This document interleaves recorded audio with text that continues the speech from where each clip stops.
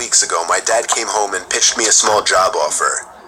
One of his coworkers was going away for a few days and needed somebody he could trust to watch over his house.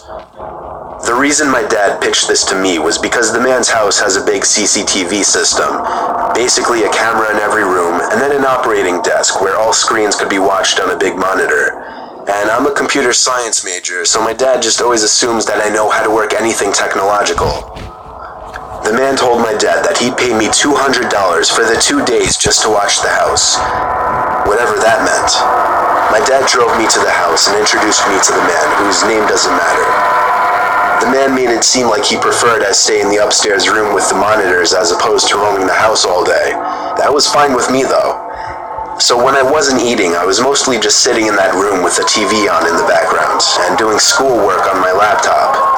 Ironically, the thing I was doing the least was keeping an eye on the monitors. Night came. I started wondering where in the house I should sleep, since surprisingly, we hadn't discussed that. So I sat back down at the desk and looked at all the different rooms on the screens to see which rooms had beds or couches. I noticed something I wasn't expecting to notice though. The back screen door was open downstairs. I didn't remember it being open. I looked through each and every camera screen in a panic.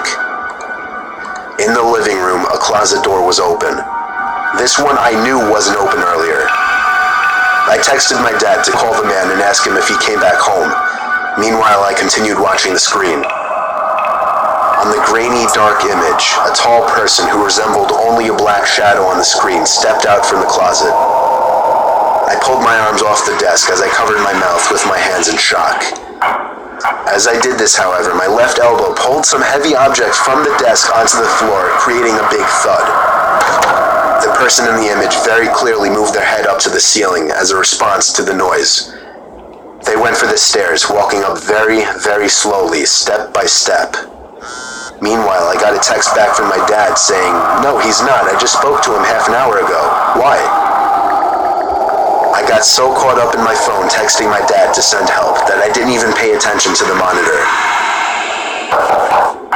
There was a knock at the door. I looked at it and then the screens. The first screen I laid my eyes on was the one showing the person outside the door to the room I was in. When I remembered that door had no lock, the only thing I could think to do was jump out the window into the bushes below. I ran halfway down the block and then stopped when my dad called me. I had him call his friend and ask him if he was expecting somebody in the house. The man said he had no relatives or friends who had his key or would ever let themselves into his home. So he called the cops and had them review the footage. I got to watch all of it, and it showed everything. From the moment the intruder broke the glass to the backyard door, to the moment I jumped out the window and him running away shortly after. The intruder was never found. The footage was just too dark to identify his face.